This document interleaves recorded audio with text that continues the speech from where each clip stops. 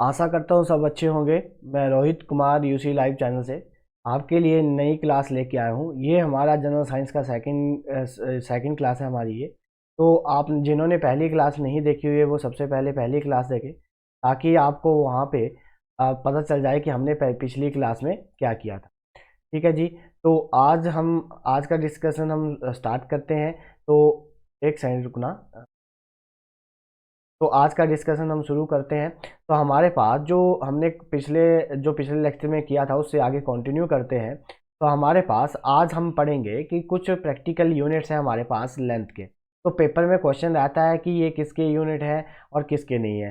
सबसे पहले हमारे पास जो लेंथ के प्रैक्टिकली यूनिट है जो हम यूज़ करते हैं वो कौन से यूज़ करते हैं। देखिए, एस्ट्रोनॉमिकल यूनिट। अब एस्ट्रोनॉमिकल यूनिट क्या होता है कि ये एक एवरेज डिस्टेंस होता है जो अर्थ और सन के बीच में होता है। इस सन और अर्थ की जो बीच की जो दूरी है, उस जो एवरेज दूरी है, जो हमारे पास औसत दूरी है, उसको जो मेज़र करने के लिए जो यूनिट यूज़ किए जाते हैं जिसको खगोलीय इकाई बोलते हैं, मैंने हिंदी में भी लिखा हुआ है। तो उनको उसको मेज़र करने के लिए जो यूनिट यूज़ किए जाते हैं उसको क्या बोलते हैं, एस्ट्रोनॉमिकल यूनिट्स। और वन एस्ट्रोनॉमिकल यूनिट की कितनी वैल्यू होती है, 1.496 into 10 raise to power 11 metre. ये हमारे जो पीसीएस के एग्ज़ाम रहते हैं, ठीक है, उसमें कई बार ये क्वेश्चन आ चुके हैं कि कौन कौन से प्रैक्टिकल यूनिट रहते हैं वर्ग के। तो ये मैं आपको यहाँ पे इसीलिए पढ़ा रहा हूँ। अब हमारे पास जैसे रेलवे हो गया, एसएससी, जो हमारे पास जो सीडीएस एनडीए, तो वहाँ पे पूछे जाते हैं कि इसमें से कौन सा लेंथ का यूनिट नहीं है। ये कितनी बार आया हुआ है, लाइट ईयर। तो लाइट ईयर जो बच्चा सोचेगा वो ये लगाए हुए, तो वो सोचेगा किसके यूनिट है, टाइम के यूनिट है। तो हमारे पास ये किसके यूनिट होते हैं, लाइट ईयर जो यूनिट होते हैं वो होते हैं हमारे पास लेंथ के यूनिट होते हैं। अब हमारे पास ये जो लाइट के यूनिट होते हैं, इसका मतलब क्या होता है कि एक साल में कितनी लाइट ट्रेवल करी है वैक्यूम में, मतलब स्पेस में कितनी लाइट ट्रेवल करी है एक साल में, उसको क्या बोला जाता है, लाइट ईयर। ठीक है, लिखा हुआ है कि हिंदी में भी मैंने ये लिखा हुआ है। इसका बोलने का मतलब ये है कि लाइट ईयर क्या होगा कि एक साल में कितनी लाइट ट्रेवल करी है किसमें, वैक्यूम में या स्पेस में, तो उसको क्या बोलेंगे, 1 लाइट ईयर। और 1 लाइट ईयर की वैल्यू कितनी होती है, 9.46 into 10 raise to power 15 metre, मतलब इतना होता है। क्लियर है जी। जैसे आपने न्यूज़ में भी सुना होगा कि हमारे पास क्या होता है कि ये जो गैलेक्सी है ये अर्थ से इतने लाइट ईयर दूर है। तो इतने लाइट ईयर दूर है मतलब एक लाइट ईयर की वैल्यू इतनी होती है, कभी बोलते हैं कि ये जो है हमारे पास 3.2 बिलियन लाइट ईयर दूर है। तो बिलियन, ठीक है जी। तो एक लाइट ईयर की वैल्यू ही इतनी है, तो उसको उससे मल्टीप्लाई करूंगा तो वो काफ़ी दूर है। अब हमारे पास नेक्स्ट है जो हमारे पास होता है पैलेटिक, जो हमारे पास सेकेंड। ठीक है, जो पैलेट्रिक सेकेंड होता है ये क्या होता है, it is the distance at which the arc of the length one astronomical unit is suspended angle in the 1 second. मतलब कि हमारे पास ये जो होता है ये कुछ नहीं होता है कि हमारे पास किसी ऑब्जेक्ट को हमने देखना है, तो अर्थ की डिफरेंट डिफरेंट पोजीशन से हम उसको मेजर कर रहे हैं। तो यहाँ पे एक बंदा यहाँ पे है, पहले मैं यहाँ से उसको मापता हूँ, फिर मैं यहाँ से इसको मापता हूँ। तो ये वाला जो होता है इसको बोलते हैं आर्क। तो यहाँ पे क्या बनेगा जी, थीटा बनेगा। तो ये वाला जो डिस्टेंस होता है ये क्या होता है, 1 एस्ट्रोनॉमिकल यूनिट होता है। एक एस्ट्रोनॉमिकल यूनिट में कितना एंगल सब्सटेंड करा उसने, कितना एंगल बनाया 1 सेकेंड में, उसको क्या बोलते हैं, पैलेटिक सेकेंड बोलते हैं। आपको ये ध्यान में रखना है कि जो हमारे पास पैलेटिक सेकेंड होते हैं वो उसके किसके यूनिट होते हैं, लेंथ के ही यूनिट होते हैं, और प्रैक्टिकल यूनिट होते हैं लेंथ के। ठीक है जी। और इसकी जो हमारे पास वैल्यू होती है वो कितनी होती है, 3.08 into 10 raise to power 16 metre. और ये पेपर में सीधा क्वेश्चन आता है कि वर्क वन जो पैलेटिक सेकेंड है वो किसके इक्वल होती है, कितने लाइट ईयर के इक्वल होती है, तो 3.26 लाइट ईयर के ये इक्वल रहती है। फिर उसके बाद कुछ और अनदर यूनिट है। जैसे हमारे पास नेक्स्ट है, हमारे पास जो हमारे पास देखिए, एक सेकंड, ये नेक्स्ट है हमारे पास कुछ प्रैक्टिकल यूनिट है, माइक्रोन। ठीक है। अब माइक्रोन मतलब मैंने आपको पहले ही बताया था कि माइक्रो मतलब 10 रेज टू पावर 6, जो लास्ट लेक्चर है उसमें बताया था कि 10 रेज टू पावर 6 मतलब 10 रेज टू पावर 6 का मतलब कि 1 अपॉन में 6 जीरो लगा दो। ठीक है जी। यहाँ पे क्या लगा दोगे आप, 6 जीरो लगा दोगे, तो उनको क्या बोलेंगे, माइक्रोन। जब ये पावर ऊपर जाएगी मतलब इसको ऐसे लिखते हैं 10⁻⁶, जब ऊपर जाएगी तो माइनस में आ जाएगी। तो 1 माइक्रोन भी किसके यूनिट है जी, हमारे पास लेंथ के यूनिट है। नैनोमीटर भी मैंने आपको बताया था, नैनोमीटर में 10⁻⁹ तो मीटर, मीटर मतलब ये मीटर लगा हुआ, तो नैनो मतलब 10⁻⁹। अब आंगस्ट्रॉम यूनिट बताए थे, 1 आंगस्ट्रॉम की वैल्यू आपको मैंने किसकी बताई थी, वेवलेंथ ऑफ लाइट के जो यूनिट होते हैं वो क्या होते हैं, आंगस्ट्रॉम होते हैं। तो ये 10⁻⁻10 मीटर। ठीक है जी। अगर एक्स रे, तो एक्स रे क्या होती है, एक्स रे के भी क्या यूनिट होते हैं, आंगस्ट्रॉम होते हैं, सेंटीमीटर या 10⁻⁸ या 10⁻⁸ सेंटीमीटर भी लिख सकते हैं उसको। ठीक है जी। अब फर्मी, फर्मी क्या होते हैं कि ये सबसे स्मॉलेस्ट यूनिट होते हैं किसके, लेंथ के। मैंने पहले ही आपको बताया था कि जो फर्मी है ये क्या है, स्मॉलेस्ट यूनिट है किसके, हमारे पास है लेंथ के। और 1 फर्मी की वैल्यू कितनी होती है, 10⁻⁻15 मीटर होती है। और ये क्या होता है जी, न्यूक्लियर साइज, मतलब न्यूक्लियस और हमारे पास जो इलेक्ट्रॉन है उसके बीच का जो डिस्टेंस होता है उसको क्या बोला जाता है, 1 फर्मी बोला जाता है। क्लियर है जी। ये हमारे पास कुछ प्रैक्टिकल यूनिट थे किसके, लेंथ के। अब इसके बाद कुछ प्रैक्टिकल यूनिट है हमारे पास टाइम के। अब हमारे पास टाइम के कुछ प्रैक्टिकल यूनिट क्या क्या है, जैसे सोलर डे। अब सोलर डे क्या होता है कि पृथ्वी सूर्य के अराउंड घूमने में कितना टाइम लेती है, the time taken by sorry, जो हमारे पास सोलर डे है उसमें कहा गया है कि जो हमारे पास जो अर्थ है वो एक कंप्लीट रोटेशन कहाँ पे, अपनी एक्सिस पे लेने के लिए विद रिस्पेक्ट टू सन, कि सन के मतलब जैसे ये अर्थ है ये अपनी एक्सिस में घूमने के लिए कितना टाइम लेती है, तो उसको क्या बोला जाता है, सोलर डे। दिन और रात की मतलब अर्थ जो है अपनी एक्सिस में घूमने के लिए, अपनी एक्सिस पे घूमने के लिए कितना टाइम लेती है, तो 24 आवर्स लेती है, तो उसको क्या बोलेंगे, सोलर डे। ठीक है जी। अब बोला गया है सोलर ईयर क्या होता है, सोलर ईयर मतलब कि जो हमारे पास अर्थ है वो सन के अराउंड घूमने में कितना टाइम लेती है, तो उसको क्या बोला जाता है, सोलर ईयर बोला जाता है, सोलर बर्स बोला जाता है। कि मतलब अर्थ ने सन के अराउंड घूमने में कितना समय लिया, उसको क्या बोला जाता है, एक साल बोला जाता है, सोलर ईयर बोला जाता है। और ये कितने होते हैं, 365.25 डेज। और आपको पता ही है कि जब हमारे पास लीप ईयर आ जाता है तो ये 25-25 ऐड होते हैं, मतलब हर एक 4 साल में, मतलब एक साल में इतना होता है, फिर दूसरे साल में ये 50 हो जाएंगे, तीसरे में 75 हो जाएंगे और फोर्थ में 100 हो जाएगा। तो यहाँ पे हमारे पास लीप ईयर में कितने डेज हो जाते हैं, फिर 366 डेज हो जाते हैं। क्लियर है जी। अब उसके बाद हमारे पास कुछ प्रैक्टिकल यूनिट होंगे हमारे पास मास के। ठीक है जी। अब मास के प्रैक्टिकल यूनिट क्या क्या होते हैं, देखिए सबसे पहले होता है पौंड। तो एक पौंड जो ब्रिटिश ने दिया था कि 1 पौंड की वैल्यू कितनी होती है, तो 0.4536 केजी। ये आपसे वैल्यू तो कम ही पूछी जाएगी, बट आपको पता होना चाहिए कि प्रैक्टिकल यूनिट क्या रहते हैं पौंड के, सॉरी मास के, तो वो क्या होते हैं, पौंड। अब दूसरे होते हैं स्लग। अब 1 स्लग की वैल्यू कितनी होती है, 14.59।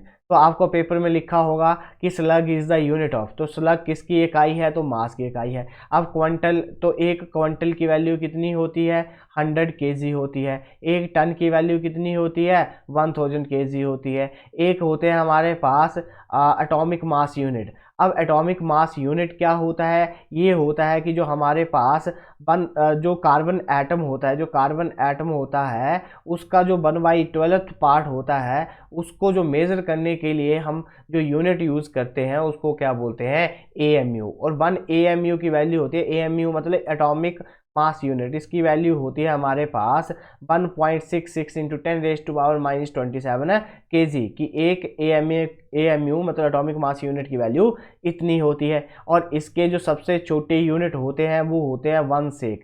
ठीक है, यहाँ पे नहीं लिखा हुआ है तो मैं आपको बता देता हूँ कि 1 सेक, कि किसी भी चीज़ को सेक करने में कितना टाइम लगता है। तो ये स्मॉलेस्ट यूनिट होते हैं जो हमारे पास सॉरी ये जो हमने पीछे पढ़ा, जो हमारे पास जो टाइम के सबसे स्मॉलेस्ट यूनिट होते हैं वो 1 सेक होते हैं, जो होता है 10⁻⁸ मीटर, सॉरी 10⁻⁸ सेकेंड जो होते हैं वो स्मॉलेस्ट यूनिट होते हैं किसके, टाइम के। और जो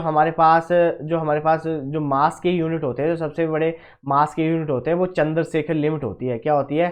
चंद्रशेखर लिमिट होती है। मतलब चंद्रशेखर जो लिमिट होती है उसका क्या मतलब होता है कि हमारे पास जब भी किसी भी जो हमारे पास प्लैनेट होते हैं उनके मास को मेजर करने के लिए जो यूनिट यूज किया जाता है उसको क्या बोलते हैं? चंद्रशेखर लिमिट। और चंद्रशेखर लिमिट की वैल्यू कितनी होती है? 1.4 times the mass of earth.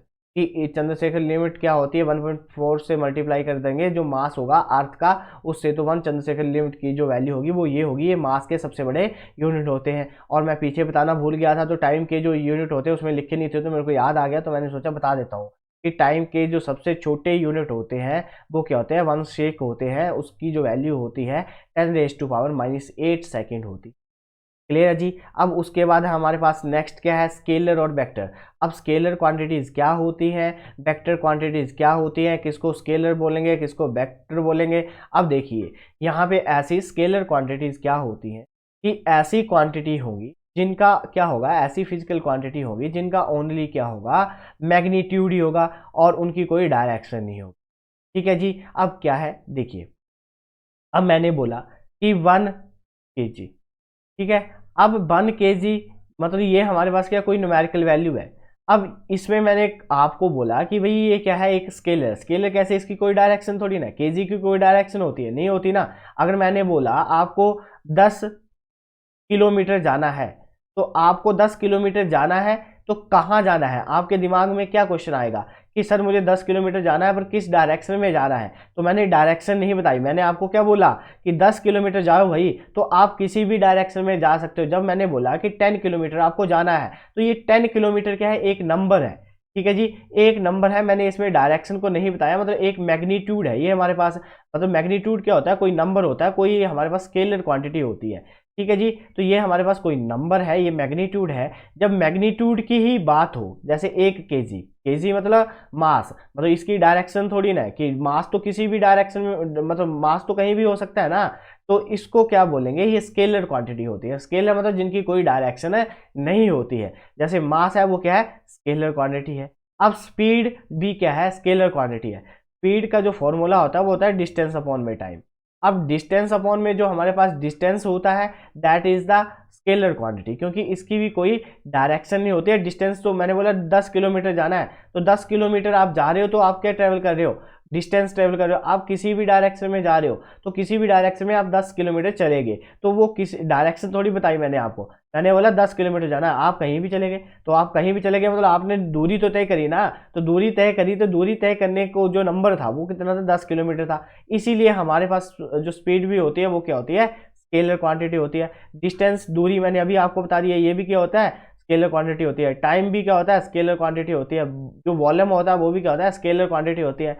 Density scalar quantity होती है। टेम्परेचर स्केलर क्वांटिटी होती है। जो हमारे पास वर्क होता है, ठीक है, वर्क इज ऑल्सो भी स्केलर क्वांटिटी। जो हमारे पास करंट होता है वो भी क्या होता है? स्केलर क्वांटिटी होती है। जो हमारे पास प्रेशर होता है, ठीक है, प्रेशर की भी कोई डायरेक्शन नहीं होती है, तो वो भी क्या होता है? स्केलर क्वांटिटी होती है। तो ये सारी की सारी एक्सेप्शन है। मैंने आपको बता दिया कि ऐसी क्वांटिटी जिसमें ओनली क्या हो? नंबर हो, उसमें डायरेक्शन की बात नहीं की जाए, तो उन इकाइयों को क्या बोला जाता है? उसको क्या बोला जाता है? स्केलर क्वांटिटी बोला जाता है। बात समझ में आ गई कि 10 किलोमीटर भाई, 10 मीटर, 10 मीटर मतलब स्केलर मतलब नंबर है। ठीक है जी? अब वेक्टर क्वांटिटी क्या होती है? अब वेक्टर क्वांटिटी ऐसी क्वांटिटी होती है जिसमें क्या कहा जाता है? दोनों चीज़ें हो, मतलब डायरेक्शन भी हो और मैग्नीट्यूड भी हो। मैंने आपको बोला कि आपको 10 किलोमीटर जाना है नॉर्थ, तो 10 किलोमीटर आपको कहाँ जाना है? नॉर्थ में जाना है। तो नॉर्थ में जाना है, मैंने उसको क्या बता दिया भाई? डायरेक्शन बता दी। जब मैंने ये डायरेक्शन बता दिया, आपको पता चल गया यहाँ पे डायरेक्शन है और ये क्या होता है? मैग्नीट्यूड होता है। मतलब हमारे पास डायरेक्शन एज वेल एज क्या आ गया? दोनों मैग्नीट्यूड आ गए। तो उस क्वांटिटी को क्या बोलेंगे हम? वेक्टर क्वांटिटी बोलेंगे। जैसे हमारे पास लीनियर मोमेंटम है। अब मान लो कि हमारे पास जैसे वेलोसिटी है, तो वेलोसिटी क्या होती है? डिस्प्लेसमेंट ओवर में टाइम होता है। अब मैंने आपको बोला आपको ए पोजीशन से बी पोजीशन में जाना है, तो ए पोजीशन से बी पोजीशन में जाना है। आपको पता है बी पॉइंट कहाँ है, तो मैंने डायरेक्शन बता दिया है कि आपको मार्केट जाना है और मार्केट आपकी नॉर्थ डायरेक्शन में है 5 किलोमीटर पे। तो ठीक है, तो मैंने बोला कि आपको मार्केट जाना है 5 किलोमीटर नॉर्थ में, मतलब ये आपका इनिशियल पॉइंट क्या था? आपका घर था और फाइनल पोजीशन क्या था? मार्केट थी। तो मैंने वहाँ पे डायरेक्शन बता दी, तो डिस्प्लेसमेंट क्या होगी, वेक्टर क्वांटिटी होगी। तो ये वेक्टर हुई तो ये भी क्या होगी, वेक्टर क्वांटिटी होगी। तो उसी तरह एक्सेलरेशन भी क्या होगी, वेक्टर क्वांटिटी, क्योंकि वेलोसिटी अपॉन में टाइम होता है तो वो भी क्या होगी, एक्सेलरेशन। अब लीनियर मोमेंटम हमारे पास क्या होता है, मैंने पहले बताया था, P is equal to mass into में वेलोसिटी होती है। तो वेलोसिटी वेक्टर क्वांटिटी है तो मोमेंटम भी क्या हो गया जी, वेक्टर क्वांटिटी होगी। अब हमारे पास लीनियर मोमेंटम और मोमेंटम दोनों सेम ही होते हैं, दोनों क्या है, वेक्टर क्वांटिटी है। एंगुलर वेलोसिटी, एंगुलर वेलोसिटी को मैंने आपको बताया था ओमेगा अपॉन में जो हमारे पास थीटा अपॉन में टाइम, ठीक है जी। तो ये हमारे पास जो एंगुलर वेलोसिटी है ये हमारे पास क्या है, वेक्टर क्वांटिटी होती है, क्योंकि डिस्प्लेसमेंट अगर कोई भी बॉडी है वो सर्कल में घूम रही है, एंटी क्लॉकवाइज घूम रही है, क्लॉकवाइज घूम रही है, तो उसकी कोई डायरेक्शन है, तो एंगुलर वेलोसिटी भी क्या है, वेक्टर क्वांटिटी है। फोर्स क्या है हमारे पास, वेक्टर क्वांटिटी है। जो इलेक्ट्रिक फील्ड होती है वो भी क्या है हमारे पास, वेक्टर क्वांटिटी है। तो वेक्टर क्वांटिटी ऐसी क्वांटिटी होगी जिनका मैग्नीट्यूड भी हो जी और उसकी डायरेक्शन भी हो, तो उनको क्या बोला जाता है, वेक्टर क्वांटिटी बोला जाता है। अब उसके बाद हमारे पास नेक्स्ट क्या आता है, नेक्स्ट है हमारे पास डिस्टेंस। अभी मैंने आपको बताया कि डिस्टेंस क्या होता था। अब देखिए डिस्टेंस क्या होता है, दूरी होती है। अब ये कैसे है, हमारे पास स्केलर क्वांटिटी है। देखिए यहाँ पे क्या होता है कि मैंने आपको बोला कि आपको 10 किलोमीटर जाना है, कहाँ पे, ए से, मतलब आपको मार्केट जाना है ए पॉइंट से बी पॉइंट तक। अब मैंने बोला आपको यहाँ से यहाँ पहुँचना है, ठीक है, बी पॉइंट तक आपको पहुँचना है। देखिए अब मैंने बोला कि आपको इसी रास्ते से जाना है, कि वो रास्ता जो मैंने आपको बताया कि ये जो भाई सीधा रास्ता है, यहाँ से आपको बी पोजीशन तक पहुँचना है, 10 किलोमीटर आपको सीधे जाना है। तो मैंने 10 किलोमीटर आपको सीधे भेज दिया। तो सीधे भेज दिया तो मतलब मैंने आपको डायरेक्शन थोड़ी बताया, आपको बोला कि जो रास्ता मैंने बताया है 10 किलोमीटर जाने का, वही रास्ता आपने उसी रास्ते के थ्रू जाना है। जब मैंने ये बोल दिया कि वो रास्ता, मतलब इसमें क्या होता है, डिस्टेंस होता है the actual path covered by the object, कि वो वाला रास्ता जो मतलब हर एक बंदा उसी को फॉलो करता है, उसको क्या बोल देते हैं, डिस्टेंस बोलते हैं। बात समझ में आ गई कि वो actual path covered by the object, कि जिस रास्ते को मैंने बोला कि इसी रास्ते से आपको जाना है, तो उसको क्या बोलेंगे, डिस्टेंस बोलेंगे, ठीक है। अब जो डिस्टेंस होता है वो कभी भी जीरो नहीं होता है, कि जो डिस्टेंस है वो हमारा पास कभी भी जीरो नहीं हो सकता है, ना ही नेगेटिव हो सकता है।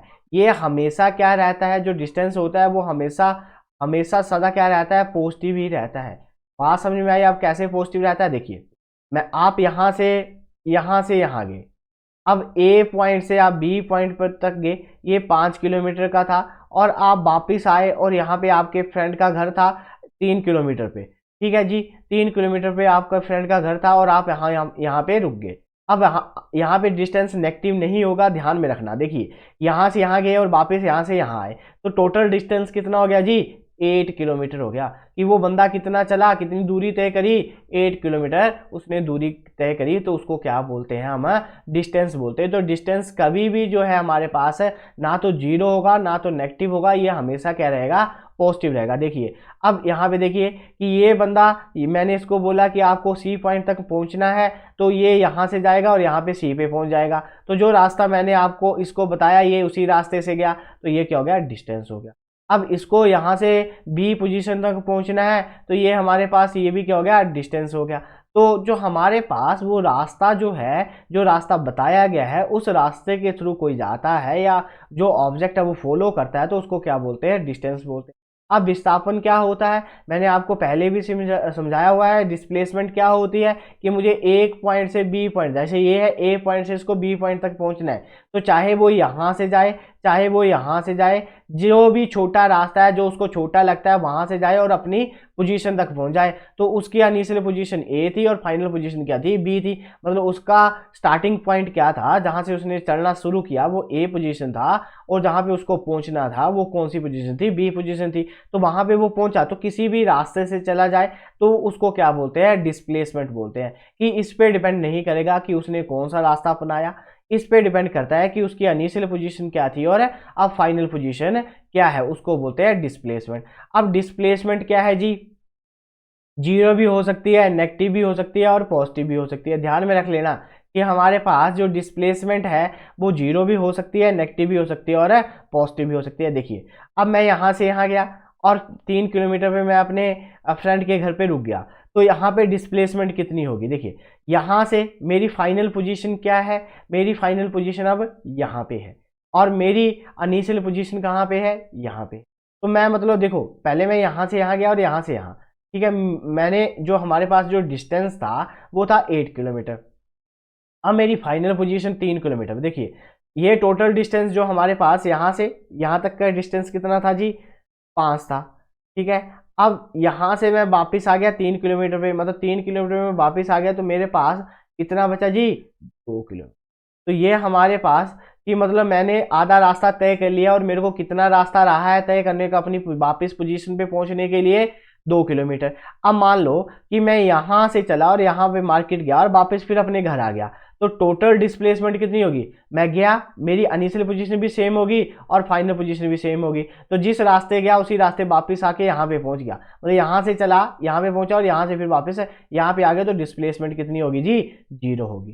क्लियर है जी बात। अब नेक्स्ट है हमारे पास, इसके बाद हमारे पास स्पीड क्या होती है। स्पीड मैंने आपको पहले ही बताया कि स्पीड और वेलोसिटी में मतलब डिफरेंस होता है। स्पीड होती है हमारे पास डिस्टेंस अपॉन में टाइम, कि मतलब डिस्टेंस क्या हो रहा है, टाइम के साथ चेंज हो रहा है, तो उसको क्या बोलेंगे, the rate of change of a distance, the rate of change of distance is known as a speed. कि भाई जो डिस्टेंस है वो टाइम के साथ क्या कर रहा है, अपने को चेंज कर रहा है, उसको क्या बोलेंगे, स्पीड। लिखा हुआ the rate of change of position of object, position of object in any direction. तो स्पीड के यूनिट क्या होंगे, डिस्टेंस के यूनिट क्या होते हैं, मीटर, टाइम के यूनिट क्या होते हैं, सेकंड। अब वेलोसिटी क्या होती है, डिस्प्लेसमेंट ओवर में टाइम, कि हमारे पास the rate of change of displacement is known as a velocity, की distance covered by the object per unit है टाइम। हिंदी में भी लिखा हुआ है, तो जिनको मतलब इसमें नहीं समझ में आ रहा है वो हिंदी में एक बार देख लें। अब एक्सेलरेशन क्या होती है, इसकी इन दोनों के यूनिट क्या रहते हैं, सेम रहते हैं, ये होते हैं मीटर पर सेकेंड। अब डिस्टेंस क्या होता है, स्केलर क्वांटिटी होती है, मतलब इसकी कोई डायरेक्शन नहीं होती है, तो स्पीड भी क्या हुई जी, स्केलर क्वांटिटी हुई। अब डिस्प्लेसमेंट क्या होती है हमारे पास, वेक्टर क्वांटिटी होती है, तो वेलोसिटी भी क्या हुई, वेक्टर क्वांटिटी हुई। बात ध्यान में रख लेना, पेपर में पता नहीं कितनी बार पूछते हैं स्केलर और वेक्टर क्वांटिटी, तो आपको पता होना चाहिए। अब नेक्स्ट है हमारे पास एक्सेलरेशन।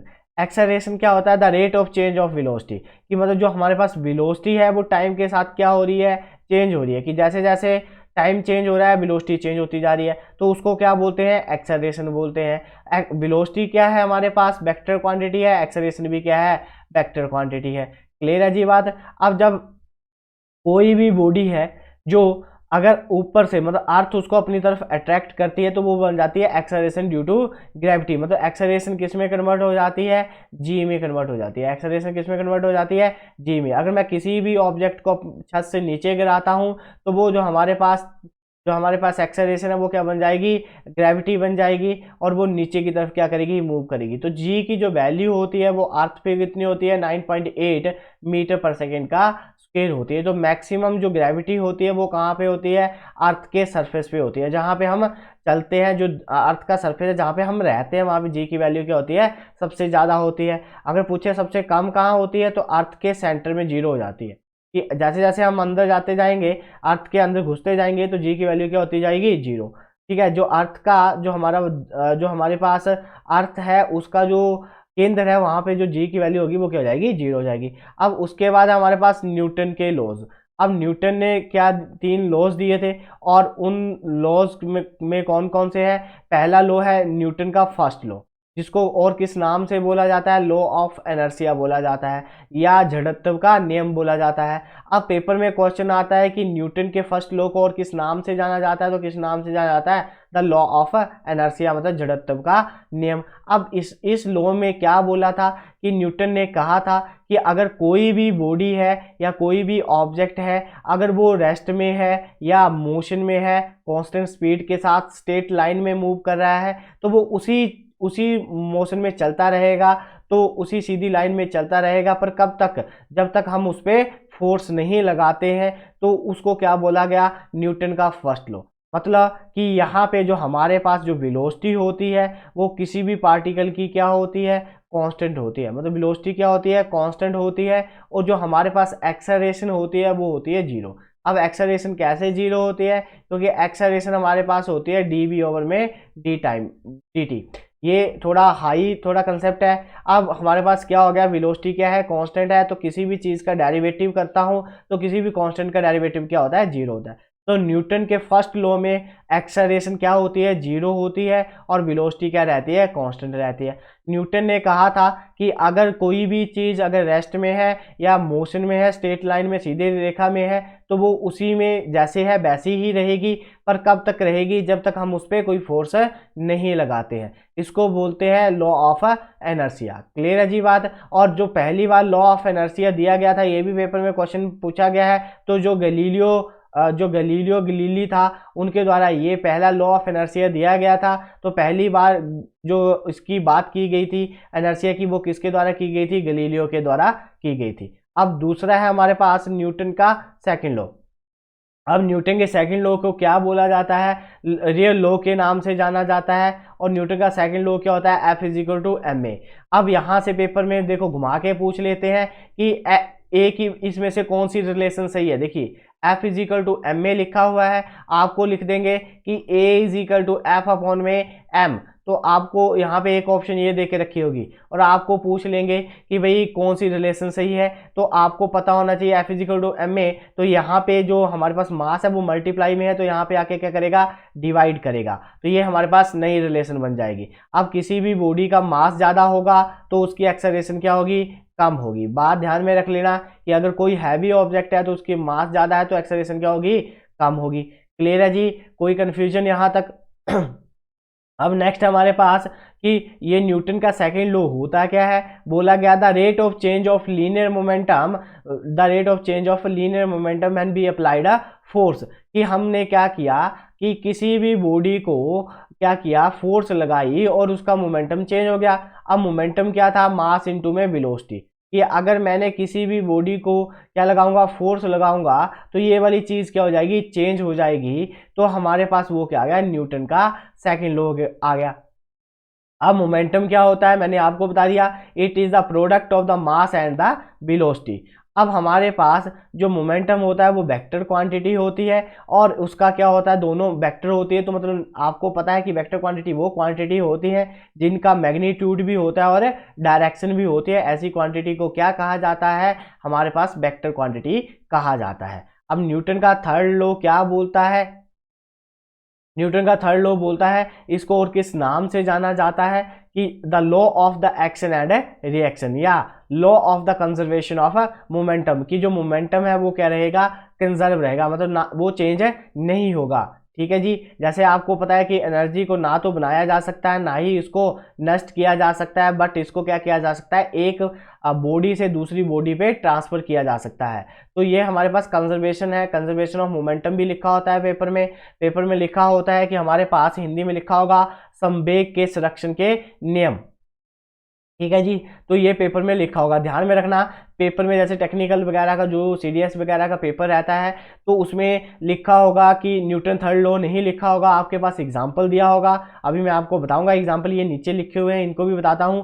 तो ये न्यूटन का थर्ड लॉ क्या बोलता है, every action there is equal and opposite reaction. मतलब कि अगर मेरे पास मान लो कि कोई दो ऑब्जेक्ट है, एक ऑब्जेक्ट ए है, एक ऑब्जेक्ट बी है।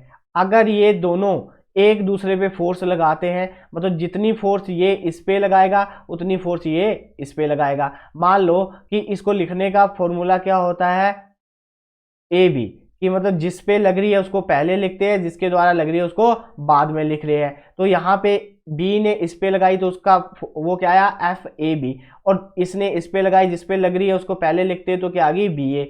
अब ये बोला इक्वल एंड ऑपोजिट, मतलब F A B equal to minus of F B ए।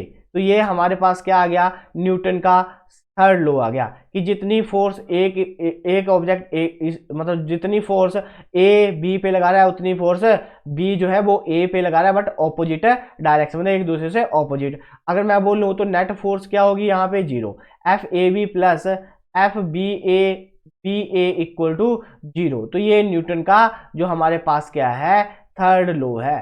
ठीक है जी। अब न्यूटन के थर्ड लॉ में जैसे मैं दीवार पे किसी बॉल को मारता हूं फेंकता हूँ तो दीवार से वो बॉल मेरे पास क्या आती है, वापस आती है। तो जितनी फोर्स से मैंने बॉल को दीवार की तरफ थ्रो किया है तो दीवार भी उतनी ही फोर्स लगाती है उस बॉल पे और वो बॉल मेरे पास पहुंच जाती है। इसका बहुत ही इंपॉर्टेंट ये एग्जांपल है रिकॉलिंग ऑफ गन, कि जब आप बंदूक से गोली को चलाते हो तो बंदूक जो है वो पीछे की तरफ मतलब हटती है। तो वो रिकॉलिंग ऑफ गन जो है वो किस प्रिंसिपल पे डिपेंड करती है, तो न्यूटन थर्ड लॉ। अगर न्यूटन थर्ड लॉ नहीं लिखा होगा तो क्या लिखा होगा, law of conservation of linear momentum, या क्या लिखा होगा, संवेग के संरक्षण के नियम।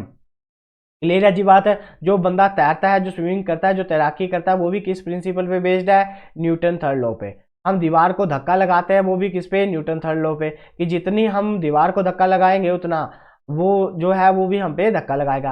अब जो गोताखोर होते हैं जो बेड़े को लगा के लेके जाते हैं वो भी किस प्रिंसिपल पे बेस्ड है, न्यूटन थर्ड लॉ पे। जो हम रॉकेट छोड़ते हैं, जो रॉकेट जो लॉन्च किए जाते हैं, जो स्पेस सेटल्स होते हैं उनको जो छोड़ा जाता है वो भी किस प्रिंसिपल पे डिपेंड है, तो न्यूटन थर्ड लॉ पे। जो मैंने अभी आपको बताया कि हम किसी भी बॉल को फेंकते हैं तो वो वापस हमारे पास आती है, तो वो भी कौन सा, न्यूटन है थर्ड लॉ। जब हम चलते हैं, जो हमारे चलने में जो हेल्प करता है वो भी कौन सा, न्यूटन है थर्ड लॉ। जब हम चलते हैं तो हम अपने पैर से जो हमारी अर्थ है उसको क्या करते हैं, पुश करते हैं, और जितनी फोर्स हम अर्थ को लगाते हैं उतनी फोर्स अर्थ हम पे लगाते हैं, इसीलिए हम चल पाते हैं। अब जो हम किसी भी कील को हथौड़े से मतलब लगाते हैं तब भी कौन सा, जितना जैसे हम हथौड़े को कील पे मारते हैं तो हथौड़ा उतना ही पीछे वापस आता है, तो उसमें भी कौन सा लॉ एप्लीकेबल होता है, न्यूटन थर्ड लॉ। अगर न्यूटन थर्ड लॉ नहीं लिखा होगा, मैं एक बार फिर कहूँगा, मैक्सिमम टाइम ये लिखा होता है, वेरी वेरी इंपॉर्टेंट है कि हमारे पास ये किस प्रिंसिपल पे बेस्ड है, तो इस प्रिंसिपल किस सिद्धांत पे बेस्ड है, न्यूटन थर्ड लॉ पे बेस्ड है। ठीक है जी। अब हमारे पास आज की क्लास यहीं पे ऑफ करते हैं। तो उम्मीद करता हूं कि आपको समझ में आया होगा, और इन वीडियो को ध्यानपूर्वक देखें ताकि आपका पेपर में कोई भी क्वेश्चन है गलत ना हो। तो हमारे चैनल को जरूर सब्सक्राइब करें, हम जो वीडियो है उसको शेयर, लाइक और कमेंट जरूर करें। धन्यवाद।